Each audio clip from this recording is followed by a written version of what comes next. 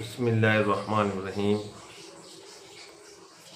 عورتوں کے 4 دور میں سے 2 دور کا بیان ہو چکا اور ویڈیوز ہم نے اپلوڈ کر دیے۔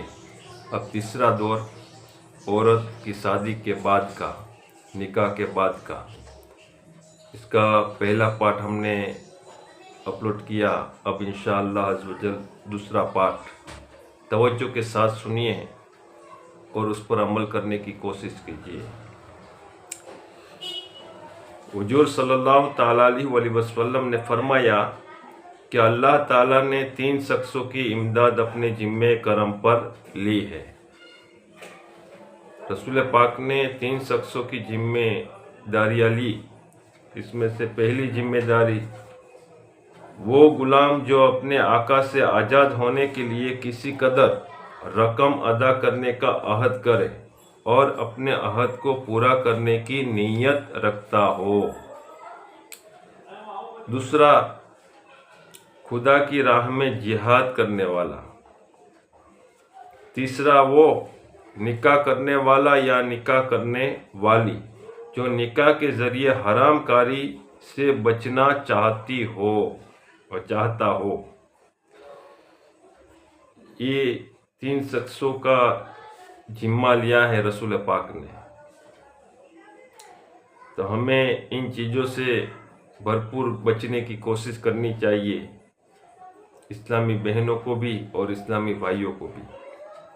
عورت جب تک اس کی شادی نہیں ہوتی وہ اپنے ماں باپ کی بیٹی کہلاتی ہے، مگر شادی ہو جانے کے بعد عورت اپنے شوہر کی بیوی بن جاتی ہے، اور اب اس کے فرائض اور اس کی ذمہ داریاں پہلے سے بہت ہی زیادہ بڑھ جاتی ہے۔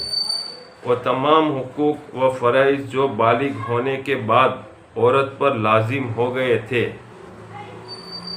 اب ان کے علاوہ شوہر کے حقوق کا بھی بہت ہی بڑا بوجھ عورت کے سر پر آ جاتا ہے،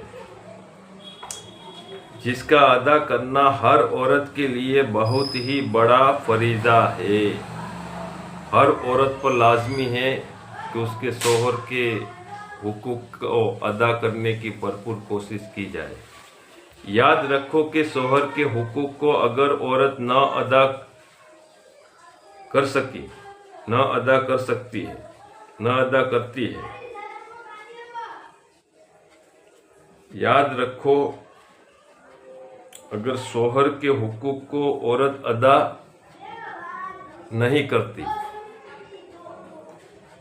تو آخرت میں وہ دوزخ کی بھڑکتی ہوئی آگ میں جلتی رہے گی، اور اس کی قبر میں سانپ بچھو اس کو ڈستے رہیں گے، اور دونوں جہاں میں ذلیل و خوار اور طرح طرح کے عذابوں میں گرفتار رہے گی۔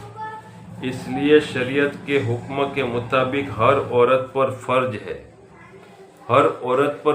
ہے کہ اللہ تعالیٰ نے جو حکم فرمایا ہے کہ وہ اپنے شوہر کے حقوق کو ادا کرتی رہے اور عمر بھر اپنے شوہر کی فرما برداری و خدمت گزاری کرتی رہے۔ یہ عورتوں کے اوپر جو حقوق شوہر کے بیان کیے گئے وہ اللہ کی طرف سے رہتے ہیں، کوئی کسی کے گھر کی بات نہیں ہوتی یا اس میں کوئی گھر کی بات نہیں کرتا۔ تو عورتوں کو چاہیے کہ زیادہ سے زیادہ اپنے شوہروں کی خدمت کرتی رہے، اس کو خوش کرتی رہے، اس کو راضی کرتی رہے۔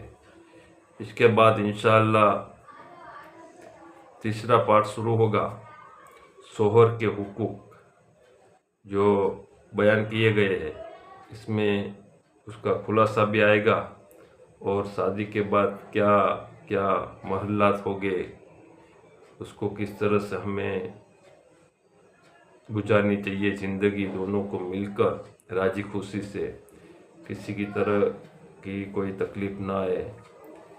تو اس کا بیان انشاءاللہ آگے ویڈیوز میں بھیجیں گے، تو اب بھرپور کوشش کریں، اسے سنیں اور اسے سمجھیں اور دوسروں تک پہنچانے کی کوشش کریں۔